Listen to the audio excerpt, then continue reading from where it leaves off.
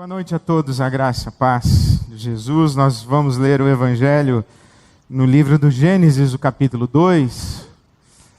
Convido você a abrir a sua Bíblia no livro do Gênesis, o capítulo 2. E tendo encontrado, que já deve ter encontrado, porque é a segunda página da Bíblia, eu queria convidar você a orar comigo mais uma vez antes de lermos a palavra de Deus. Deus nosso Pai, obrigado pela Tua palavra que já temos recebido nessa noite. E agora, com a Bíblia Sagrada nas mãos, clamamos que o Teu Espírito Santo produza em nós pensamentos, sentimentos, disposições de vontade que jamais teríamos não fosse o Senhor. Que a Tua palavra seja viva, produza frutos em nós. Que o Teu Espírito Santo nos surpreenda, nos transforme, provoque mudanças profundas em todos e cada um de nós, para a glória do Teu nome. Oramos assim em nome de Jesus. Amém. Faz muito tempo que nós sabemos que alguma coisa está fora da ordem, né? Faz muito tempo que nós sabemos que as coisas não são como deveriam ser ou não são como gostaríamos que fossem.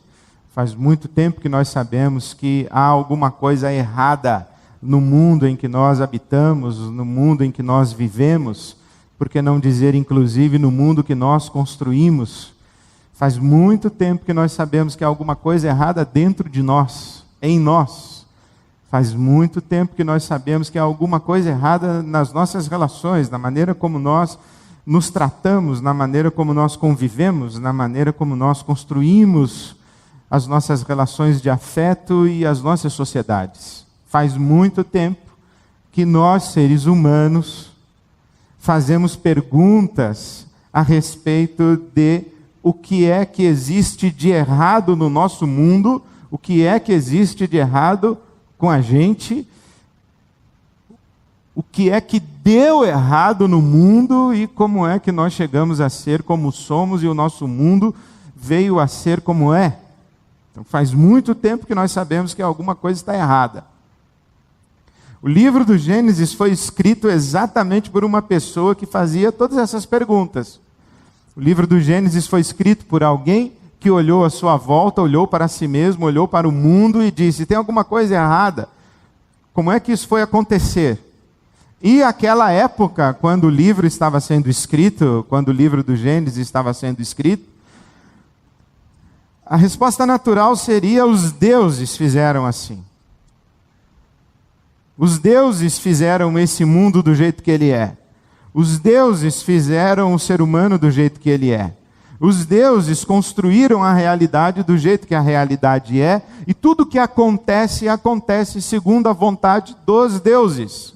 Nós, seres humanos, somos fantoches, manipulados pelos deuses. Mas o autor do Gênesis chegou a outra conclusão e a outras conclusões. O autor do Gênesis dedica boa parte da sua explicação e da sua resposta dizendo que o mundo que Deus criou foi perfeito. Capítulo 1, por exemplo, diz que a terra era sem forma e vazia. O capítulo 1, versículo 2, a terra era sem forma e vazia. Havia trevas sobre a face do abismo, mas o Espírito de Deus pairava sobre esta realidade caótica. Como uma galinha a chocar os seus ovos, o Espírito Santo de Deus pairava, chocava, nutria e dava forma à realidade. O mundo caótico vai ganhando forma, vai ganhando vida, vai sendo cheio de vida. O mundo caótico e tenebroso é iluminado pela palavra de Deus que diz: haja luz. E a cada dia da criação, porque o relato do Gênesis diz que Deus criou o mundo em 7 dias, e eu pessoalmente não acredito que este relato diga que são 7 dias de 24 horas, como nós o conhecemos hoje. São 7 períodos ou 7 ciclos criativos que podem ter durado inclusive milhões de anos. Mas a cada final de ciclo criativo, o autor bíblico vai dizer assim: e viu Deus que era bom, e viu Deus que era bom. Terminada a tarde e a manhã do primeiro dia, viu Deus que era bom. O segundo dia, viu Deus que era bom, era suficiente, era bastante, era agradável, era aceitável. E ao final do 6º dia, ao criar o ser humano à sua imagem e semelhança, Deus contempla toda a sua criação e contempla também o ser humano, e diz o autor bíblico que viu Deus que era muito bom. Não era apenas bom, era muito bom. Mas hoje nós olhamos para a realidade e dizemos que não é boa. E olhamos para muitos seres humanos, e quem tem uma consciência minimamente sensível, olha-se no espelho e diz: isso não é bom, isso não está bom, e está longe de ser muito bom. Há uma diferença entre o capítulo 1 e o capítulo 3, por exemplo. E o que está acontecendo é que quando Deus cria o mundo e diz é bom, cria o ser humano à sua imagem e semelhança e diz é muito bom, Deus coloca esse ser humano num jardim. O jardim chamado a leste do Éden. O capítulo 2, o versículo 15 diz que o Senhor Deus colocou o homem no jardim do Éden para cuidar dele e cultivá-lo. Lá no paraíso, lá no jardim do Éden, havia trabalho. O homem deveria cuidar do jardim, cultivar o jardim, mexer na terra, e ele estava suprido, ele tinha de tudo para a sua sobrevivência, para a sua vida. Aí diz a palavra de Deus que no versículo 16 do capítulo 2, a orientação de Deus ao ser humano foi: coma livremente de qualquer árvore do jardim, mas não coma da árvore do conhecimento do bem e do mal, porque no dia em que dela comer, certamente você morrerá. O que Deus está dizendo é: se você come da árvore do conhecimento do bem e do mal, você vai voltar para o caos. Eu encontrei o caos, a terra sem forma, vazia, sem vida, tenebrosa, em trevas, mas eu fiz o meu ato criativo, e no meu ato criativo eu transformei o caos em cosmos, em algo belo, estético, ético, harmônico, completo, bom, muito bom. Então você continua comigo, não coma dessa árvore do conhecimento do bem e do mal, porque senão você volta para o caos, e toda a realidade se torna caótica novamente. O que significa comer da árvore do conhecimento do bem e do mal? Significa tomar em suas próprias mãos a prerrogativa de dizer o que é bom, o que é mal, o que é certo, o que é errado, o que é verdade, o que é mentira. Quando a Bíblia Sagrada fala de pecado original, que na verdade não é uma expressão nem mesmo bíblica, é dos teólogos que interpretam a Bíblia Sagrada, quando se fala do pecado original, esse pecado de Adão e Eva, de comer da árvore do conhecimento do bem e do mal, está falando desta ação humana de roubar de Deus, de usurpar de Deus, de tomar das mãos de Deus para as suas próprias mãos a prerrogativa de dizer o que é bom e o que é mal, o que é bem e o que é mal, o que é certo e o que é errado. A grande questão é que quando nós, seres humanos, tomamos para as nossas mãos essa prerrogativa, a pergunta que se faz é: de qual ser humano nós estamos falando? Qual ser humano diz o que é certo e o que é errado? É o japonês? É o alemão? É o americano? É o brasileiro? Qual ser humano diz qual é o certo e qual é o errado, o que é bem e o que é mal? É o mais rico? É o mais forte? É o mais estudado? É o mais sabido? É o mais inteligente? É o que consegue convencer mais os outros? A verdade é mentira? É uma questão de maioria? A verdade e a mentira é uma questão de democracia, de opção coletiva. Qual ser humano? Você, eu, a sua mulher, o seu pai, a sua mãe, o seu filho, a sua sogra. Qual ser humano diz o que é certo e o que é errado? E essa é a grande questão que nós vivemos, é que nós todos temos uma consciência de certo e errado, e não necessariamente as nossas consciências de certo e errado estão em harmonia, estão se combinando, estão de acordo. E quando o que eu chamo de bem você chama de mal, e o que eu chamo de certo você chama de errado, nós entramos em conflito, nós começamos a brigar, nós começamos a nos destruir, e nós vamos construindo sociedade de maneira conflituosa, conflitiva. E é esta realidade que começa a ser descrita no capítulo 3 do livro do Gênesis. Esse retorno ao caos. Esse retorno ao caos a partir desta ação humana de afirmar-se como centro do universo. Essa postura egocêntrica. Essa postura de eu sou o Senhor de mim, que está presente em todo ser humano. E o capítulo 3 descreve o caos. Descreve o caos de algumas maneiras. Primeiro, descreve um caos na dimensão espiritual. Porque o capítulo 3, versículo 8 diz que Deus tomava o chá das 5 com Adão e Eva. E que na virada do dia, ao entardecer, Deus chegava e se aproximava para conversar com Adão e Eva. E então, como é que foi o dia? O Adão feliz, dizendo, Eva maravilhosa, eu estou felicíssimo com ela. Eva foi a melhor coisa que o Senhor fez. A Eva se olhava refletida na água e dizia assim, sem celulite, Senhor, eu estou bem demais, eu estou felicíssima, esse cara cuida de mim, ele me ama, ele me olha com desejo, isso aqui é fantástico, é um paraíso maravilhoso. E o seu dia, Deus, como é que foi? E Deus diz assim, o meu dia também está tranquilo, lá no céu tudo bem, aqui no paraíso está tudo em ordem. Aí Deus diz assim, lá no céu tudo bem, tudo sob controle, o diabo lá tentando fazer as dele, mas ninguém dá bola para ele lá no céu, tá no canto dele lá, tá sob controle, tá tudo bem. Só que chega um dia quando Deus vai falar com esse Adão, e esse Adão está escondido. E Deus se assenta à mesa para o chá das 5, e o Adão não aparece, a Eva não aparece, o casal sumiu.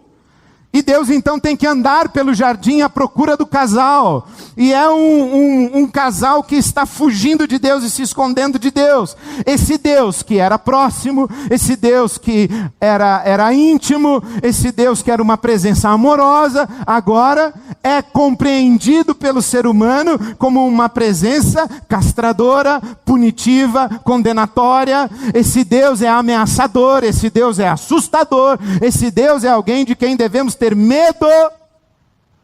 E nós não temos mais Deus diante de nós. E de tanto que fugimos de Deus, de repente nós nos percebemos absolutamente distantes de Deus, e não conseguimos mais encontrá-lo. Parece que Ele se escondeu de nós, porque nós nos escondemos dEle, parece que Ele se escondeu de nós. Nós falamos, parece que Ele não ouve. Nós pedimos socorro, parece que Ele não atende. Nós gritamos por misericórdia, Ele não responde a nossa oração. Nós apresentamos a Ele os nossos pedidos mais legítimos, as demandas do nosso coração que são mais verdadeiras, que são mais dignas, e parece que nada acontece. Não raras vezes nós nos ajoelhamos, nós que temos fé, nos ajoelhamos no nosso quarto e somos invadidos por uma profunda sensação que estamos falando com as paredes, que Deus não está ouvindo. Aliás, não apenas que Deus não está ouvindo, mas que não há Deus nenhum para ouvir, e nós somos assaltados por dúvidas. Não é apenas, será que Deus se esqueceu de mim? Mas invade o nosso coração a possibilidade maluca, a possibilidade assustadora de que nem haja um Deus para se esquecer de nós. Isso é uma ruptura espiritual, isso é um caos espiritual. Por isso aqui no capítulo 3, versículo 23, diz que o Senhor Deus mandou o casal embora do jardim. Esse casal se escondeu de Deus. Esse casal fugiu de Deus. Esse casal se escondeu de Deus e fugiu de Deus porque estava absolutamente consciente de que havia afrontado a Deus.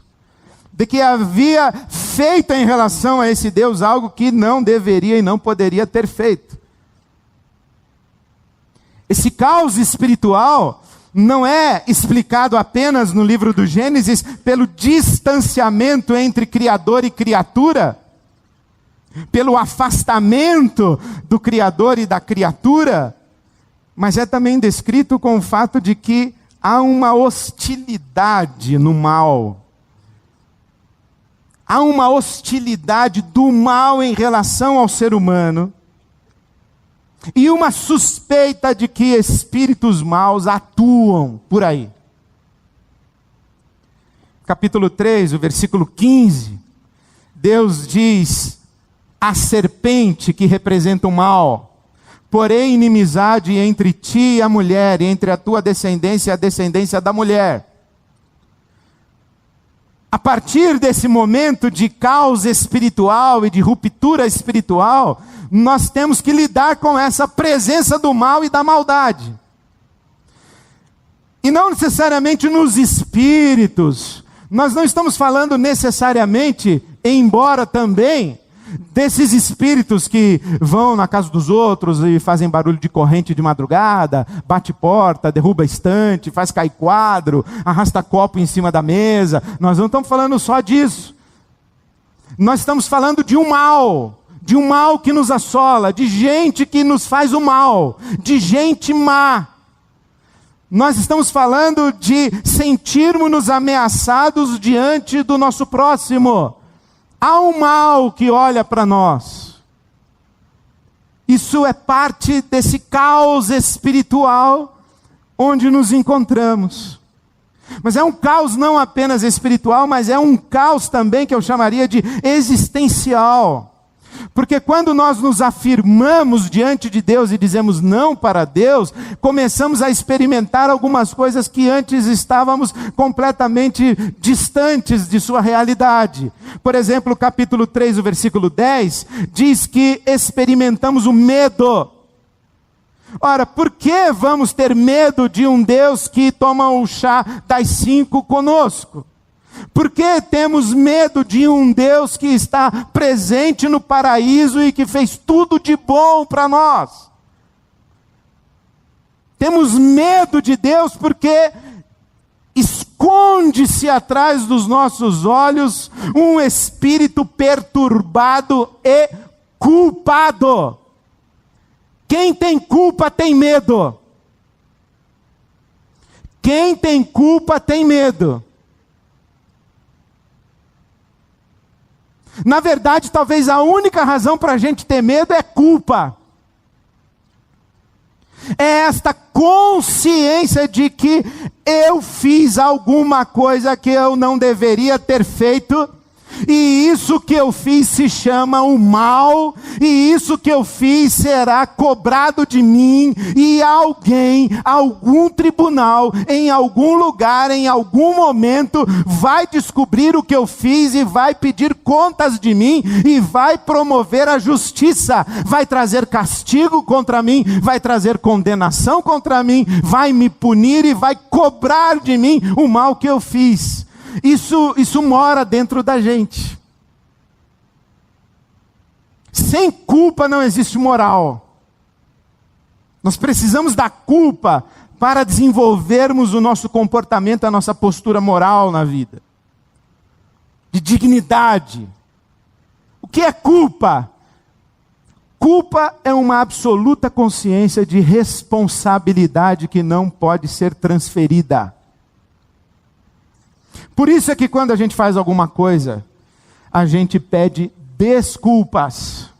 Que na verdade a gente apresenta desculpas. Eu cheguei atrasado porque o trânsito estava parado. O trânsito estava parado porque tombou uma carreta na marginal. Isto quer dizer que eu cheguei atrasado por motivos alheios à minha vontade e por circunstâncias que estavam fora do meu controle. Por isso eu cheguei atrasado. Então eu estou apresentando a você as minhas desculpas pelo meu atraso. Agora, quando eu não tenho desculpa para apresentar, eu tenho culpa para apresentar. E a culpa é eu dizer assim: eu fiz o que fiz, não por motivos alheios à minha vontade, e nem por circunstâncias que fugiram ao meu controle. Eu fiz o que eu fiz, mas eu poderia não ter feito. Eu fiz o que eu fiz porque eu quis fazer. Eu fiz o que eu fiz mesmo não querendo fazer, mas é porque eu não consegui controlar o não querer fazer. Porque se eu não conseguir não querer fazer, é que na verdade eu queria, e aí eu fiz. Mas eu fiz sem querer, mas querendo.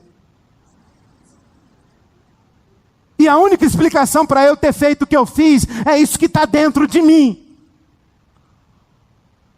Eu fiz mesmo. Porque você começou a se tornar um empecilho para a minha felicidade. Então eu fiz mesmo. Eu fiz e fiz mesmo. Por quê? Porque entre mim e um objetivo que eu tinha ali adiante, e um objeto de desejo, estava você. E eu passei por cima de você mesmo. Eu fiz e eu abusei de você mesmo. Por quê? Porque eu sou assim, tem um mal dentro de mim que eu não sei de onde veio. Esse treco e eu não consigo controlar. E às vezes é maior do que eu. É por isso que eu tenho culpa. Essa é a situação de Caim e Abel no capítulo 4. Caim começa a respirar ódio contra Abel, seu irmão. E Deus o adverte no versículo 7 dizendo: Caim, o pecado jaz à tua porta, bate à tua porta e a ti cumpre dominá-lo. Não ceda ao mal, não ouça essa voz maldita, não ceda a esse espírito maligno. Controle-se, seja senhor de si, faça o que é certo, o que é correto. Mas o Caim não consegue, ele mata o irmão Abel, e ele não tem nenhuma desculpa para apresentar a Deus do mal que praticou e do mal que fez. Ele tem culpa, e quem tem culpa tem medo. E nós somos pessoas assim.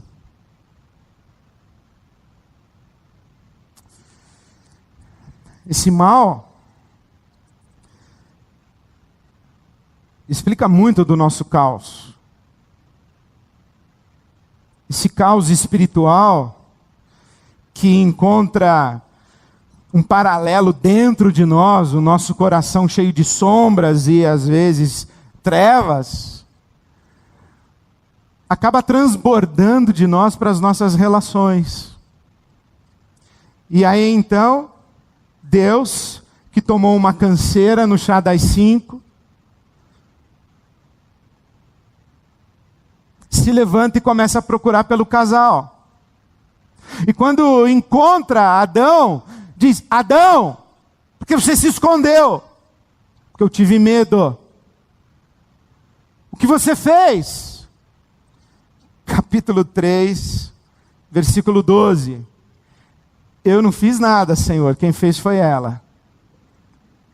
Foi a mulher. Expressão, capítulo 3, versículo 12. Disse o homem: foi a mulher. E não somente foi a mulher que o Senhor me deu. Eu pedi? Não pedi, o Senhor me trouxe. Deu nisso. Foi ela. Então você imagina o olhar dessa mulher para Adão. Adão, o que você fez? Ele falou: foi ela. E ela olha para o Adão. Você imagina o jejum que esse Adão entrou depois dessa situação.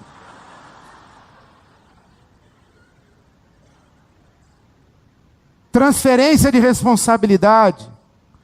Tentar empurrar a culpa para alguém. Auto-justificar-se.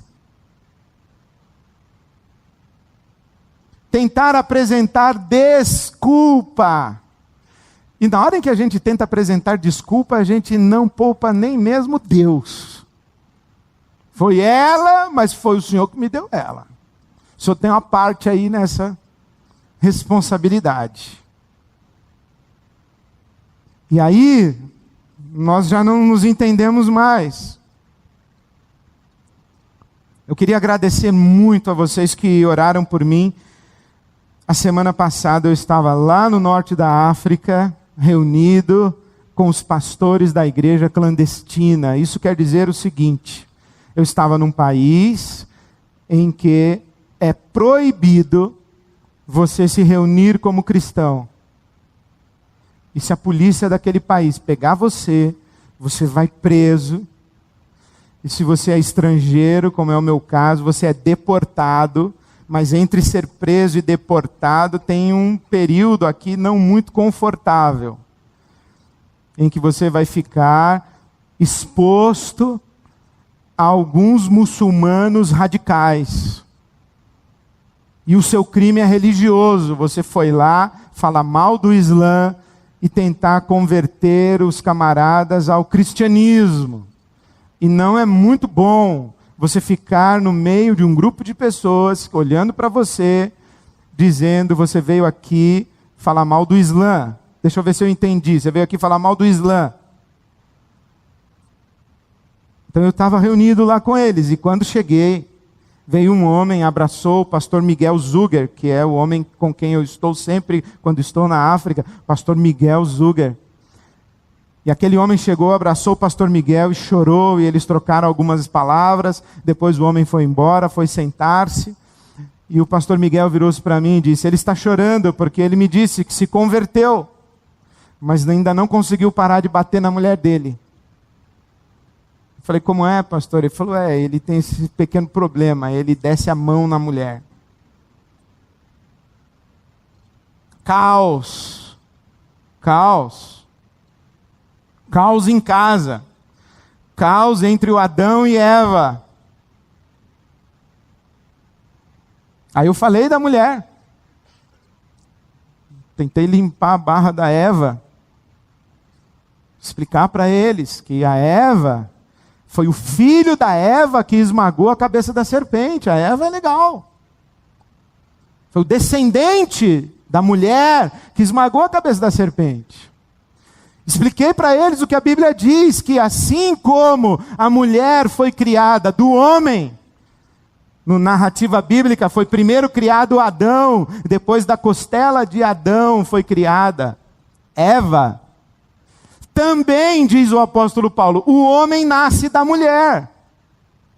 É do ventre de uma mulher que nós, os homens, chegamos à vida. Então uma mulher tem que ser cuidada com muito amor. Aí eu falei sobre a maneira como Jesus se relacionava com as mulheres. Falei de Paulo apóstolo, falei que Paulo apóstolo disse que nós homens temos que amar as mulheres, isto é, cada homem a sua esposa, como Cristo amou a igreja, e como Cristo ama a igreja.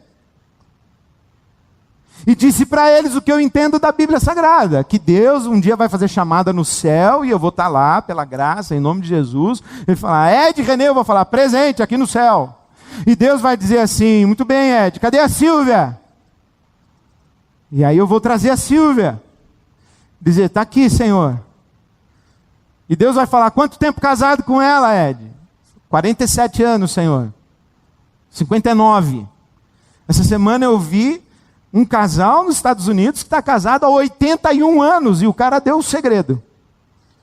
Qual o segredo? Perguntaram para o velhinho. Ele falou: tudo que a sua mulher mandar você fazer, você faz. Pronto.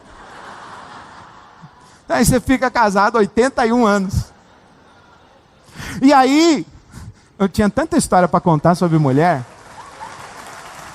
Não me provoca que eu conto história sobre mulher. Ai, Jesus.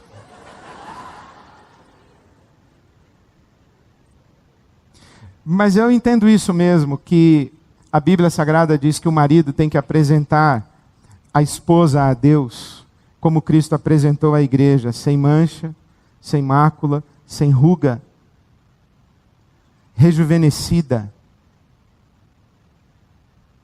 Uma pessoa insegura que floresceu, uma pessoa ferida que foi curada, uma pessoa rejeitada que foi amada, uma pessoa usada e abusada que foi acolhida com respeito e dignidade, foi tratada de modo digno.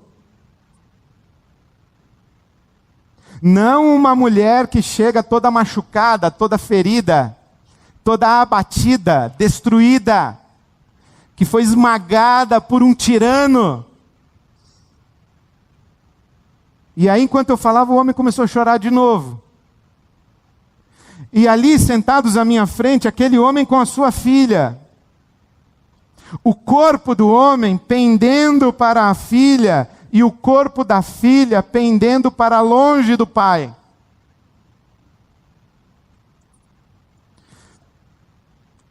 Você machuca a minha mãe. Você desrespeita a minha mãe. Você abusa, você é violento contra a minha mãe. E você me quer no seu colo?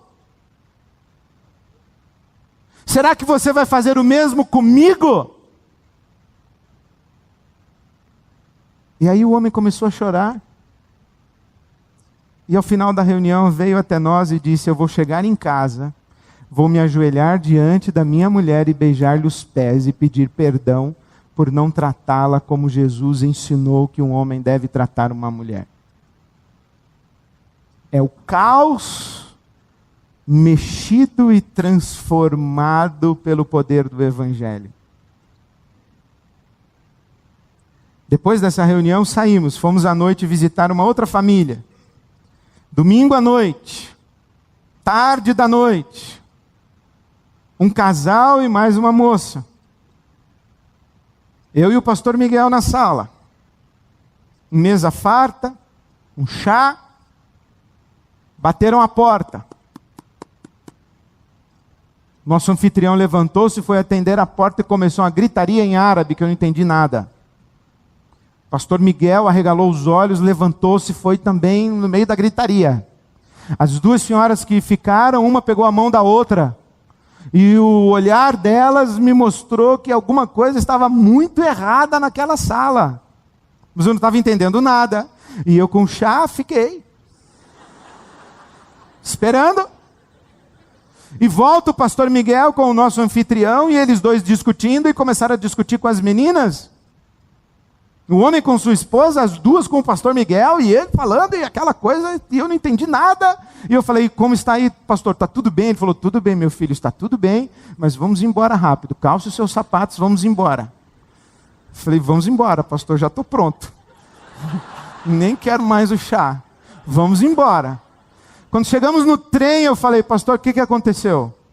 Ele disse: aqueles homens que bateram a porta são os vizinhos, que costumam fazer a leitura do Alcorão em voz alta, e fazem as suas orações em voz alta, e as moças se converteram à fé em Cristo Jesus, e começaram a ler a Bíblia Sagrada em voz alta, e a cantar músicas de louvor a Jesus em voz alta, e a orar de madrugada em voz alta, e os camaradas chegaram lá e disseram: se vocês não pararem de cantar essas músicas para Jesus, nós vamos entrar na sua casa e vamos quebrar a sua casa e vamos tacar fogo na casa e em vocês. Eu falei: e aí, pastor? E aí que o homem dono da casa disse: pois venha já, é agora, taca fogo agora, eu quero ver. Foi nessa hora que eu levantei. Falei: pastor, e aí, o que aconteceu? Ele falou: aconteceu que eu tive que falar com eles. Não, calma, não é bem assim. Pedi desculpas pelo incômodo do barulho e tentei contornar a situação, mas a questão é a seguinte: elas disseram, se fosse o meu pai, que é um homem do Islã radical, e alguém dissesse que ia tacar fogo nele por causa do Islã, e ele ia dizer: pois venha. E nós somos cristãos, e se ele faz isso pelo Islã, nós não podemos fazer menos por Jesus. E se eles quiserem nos queimar, que eles venham nos queimar. Para nós será glorioso morrer queimados em nome de Jesus.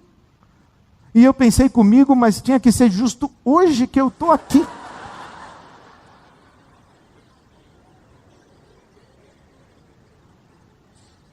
Caos.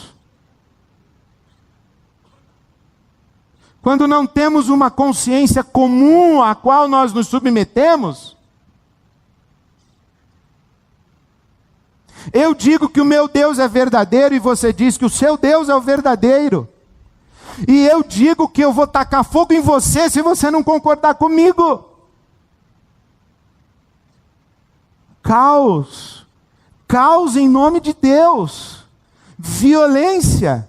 Incapacidade de relação de afeto, de amor, de cooperação. Nós não nos enxergamos mais como um só. E aí eu volto de lá com esta com esse peso no meu coração, lendo a carta de Paulo aos Romanos, quando Paulo diz assim: por amor de ti somos entregues à morte todo dia. Aqueles irmãos do norte da África, pouquíssimos irmãos cristãos, por amor a Jesus, estão entregues à morte todo dia, expostos à morte todo dia, em um mundo em que você pode morrer a qualquer hora. É um mundo caótico, caos. Esse caos que transborda de nós para as nossas relações, ele transborda das nossas relações para a terra. E a terra é maldita por nossa causa. Há um caos ecológico, há um caos cósmico. Nós que éramos senhores da terra e vivíamos no paraíso, agora somos engolidos pela terra. Nós somos vitimados pelas forças da natureza que deveríamos controlar. Caos, caos, caos. E vem Jesus dizendo assim: eu vim para que tenham vida, e vida em abundância. Eu vim para terminar com o caos. O reino de Deus chegou. O reino de Deus, onde há justiça, paz e prosperidade para todo mundo, onde as coisas voltam aos seus lugares, onde o seu coração e a sua consciência voltam para o lugar certo, onde você se relaciona com Deus do jeito certo, onde você se relaciona com as pessoas do jeito certo, onde você se relaciona com o mundo do jeito certo. Agora nós estamos voltando para casa, porque o chamado de Jesus é para voltarmos para casa. Nós fomos colocados num jardim, e temos que reconstruir jardins nessa terra que é maldita, nessa terra árida e seca. Construir jardins, um jardim na alma, um jardim em casa, um jardim nas nossas relações familiares, um jardim no nosso condomínio, não um vizinho querendo matar o outro. Lá eles brigam por causa de Jesus e de Alá. Aqui a gente briga por vaga na garagem. A gente se mata por par de tênis. E somos sequestrados na rua por causa de tablets. Caos. Mas a gente tem que ir enfrentar essa realidade e construir jardins. Nós somos jardineiros de Deus nesse mundo. Construir uma rua verde, iluminada, não é apenas um ato de cidadania, é um sinal profético de uma comunidade cristã. Nós estamos aqui presentes na cidade para construir jardins nessa cidade. Jardins que começam dentro da nossa própria alma. Jardins que estão dentro de nossas casas. Jardins que são o ambiente da nossa comunidade de fé. Jardins que são construídos onde essa comunidade de fé chega e coloca o seu pé. Enfrentar o caos onde ele estiver. Eu tive que enfrentar um caos com meu filho outro dia. Pouquinho tempo atrás. Comecei a perceber um estranhamento entre mim e meu filho. Um afastamento. Aí eu pensei: o que está acontecendo que eu não estou me entendendo mais com meu filho? O que está acontecendo que eu estou me afastando do meu filho, que eu estou me estranhando com meu filho? O que está acontecendo que nós estamos começando a trocar palavras hostis dentro de casa? Por que está acontecendo isso? E aí eu tive que me ajoelhar no meu quarto e dizer: Senhor, que caos é esse que está se instalando? E o que eu devo fazer? O que eu posso fazer? Me dá sabedoria, me ajuda a enxergar. Muda o meu coração. E você sabe que cada pessoa tem a sua relação com Deus e a sua experiência com Deus. A que eu tive foi que Deus falou assim para mim: conflito de gerações. Eu falei: como é? É conflito de gerações. Eu falei: isso aí eu já sei. Não, você não sabe nada de conflito de gerações. Eu falei: eu sei, já fiz palestra em retiro de casal, bastante. Conflito de gerações, eu sei o que é isso, eu ensino para os outros, eu aconselho pais. E Deus falou para mim: não, você não sabe nada de conflito de gerações. O que é conflito de gerações? Eu falei: vou explicar para o senhor. Conflito de gerações é o seguinte: eu estou aqui, olhando ali aquele negócio, e eu vejo daqui e acho A, e o meu filho vê aquele negócio e acha B. Ele falou, tá vendo? Você não sabe nada de conflito de gerações. Eu falei, como assim? Ele falou, não é assim. Eu falei, como que é então? Aí Deus falou comigo. Ele disse assim, não é que você está aqui olhando para aquele negócio e vendo aquele negócio dizendo A, e o seu filho está aqui olhando para o mesmo negócio e dizendo B.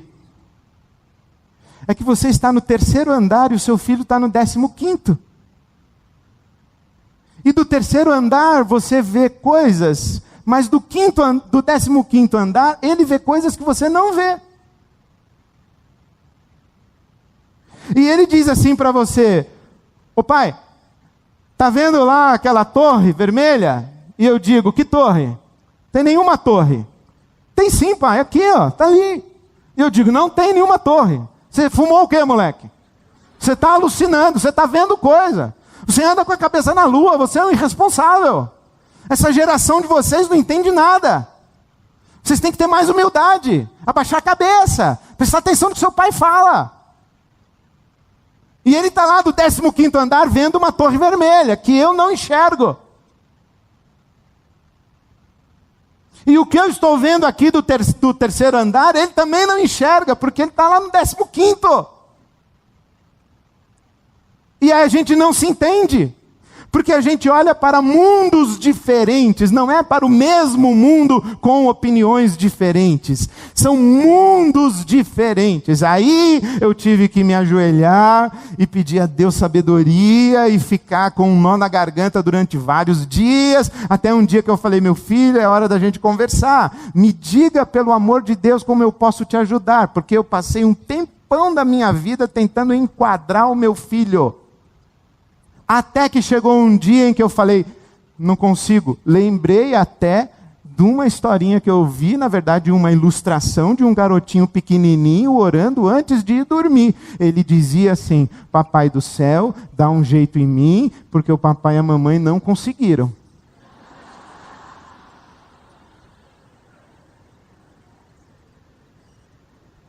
Aí eu tive que dizer ao meu filho, me ajuda.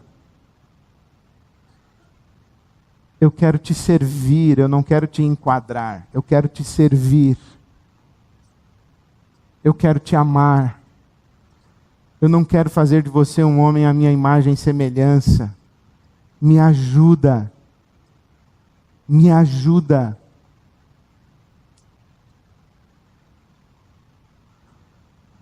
Você não queira saber o que eu ouvi. E você não queira saber o quanto eu chorei. E você não queira saber o quanto eu tive que pedir perdão ao meu filho. Mas uma coisa eu posso dizer para você. Enquanto eu puder, o caos que estiver se aproximando de mim será enfrentado de joelhos. E Deus há de prevalecer. Porque Deus me fez para ser jardineiro. E eu me recuso a habitar em terra amaldiçoada. Eu me recuso a manter o meu coração uma terra seca e maldita. Eu me recuso a habitar num casamento, numa casa em que é terra seca e maldita. Eu me recuso a me relacionar com as pessoas que eu mais amo nesse mundo, a minha mulher e os meus filhos, de uma maneira em que impera o caos. E enquanto vier sombra de caos sobre mim, eu vou me ajoelhar e vou clamar a Jesus e Ele vai transformar a minha terra seca num jardim. E quando Ele transformar o meu coração num jardim, a minha casa num jardim, as minhas relações de afeto e de amor num jardim, eu vou agir no mundo como jardineiro e vou fazer jardins para a glória de Deus. Foi para isso que Ele nos chamou. Ele não nos chamou para nós espoliarmos os outros, a natureza, o mundo. Ele não nos chamou para nós abusarmos dos outros, sermos violentos com os outros e vivermos de maneira egocêntrica, egoísta, ignorando quem está à nossa volta. Deus nos chamou para a comunhão feliz. Para a comunhão feliz e para construir jardins onde nós estamos. Em nome de Jesus eu apelo a você, identifique a sua terra maldita Identifique o caos onde ele está estabelecido na sua vida. Caia de joelhos diante de Jesus e clame a misericórdia de Jesus. E não se canse de clamar até que a terra maldita seja transformada em jardim, porque Deus tem sempre a última palavra. Não canse de clamar. E tenha coragem. Quando o Espírito de Deus falar no seu coração, você se levanta com o rastelo, com a pá, com um ancinho e vai lá mexer na terra amaldiçoada para fazer não a sua vontade, mas a vontade de Deus, que é boa, perfeita e agradável. Qual é o seu caos? Onde o caos está instalado na sua vida? É no seu coração? O caos está dentro da sua casa? O caos está no seu casamento? O caos está no seu trabalho? O caos está na sua carreira profissional? Está na sua vida financeira? Onde é que tem caos? Joelho no chão e mão na terra seca para transformá-la em jardim. Fique em pé no seu lugar, eu queria orar por você. Deus nosso Pai, te damos graças pela tua misericórdia, a tua graça, a tua bondade e pela autoridade de Jesus Cristo, teu Filho, que está presente nesse mundo. Porque a vida é a última palavra, desde aquele domingo da ressurreição, a última palavra é vida. E nós clamamos, ó Pai, vida, vida em abundante, não o caos. Vida, vida em abundância, Senhor. Clamamos para o nosso mundo interior, que a tua mão se estenda e que o teu Espírito Santo sopre sobre nós, trazendo flores e frutos para a nossa alma, Senhor. Clamamos pelos nossos lares, as nossas casas, nossas famílias, nossos filhos. Que haja, Senhor, flores e frutos. Faze-nos habitantes de jardins e de cada uma de nossas casas um jardim para a glória do teu nome. Clamamos hoje pela nossa cidade. Clamamos hoje, Senhor, pela tua igreja nessa cidade. Que o Senhor levante mais, muito mais, homens e mulheres, jardineiros e jardineiras para a glória do teu santo nome. Transforma, Senhor, o nosso mundo pelas nossas mãos em paraísos, em jardins, para a nossa felicidade, para a glória do teu nome. É a nossa súplica em nome de Jesus. Amém. Amém.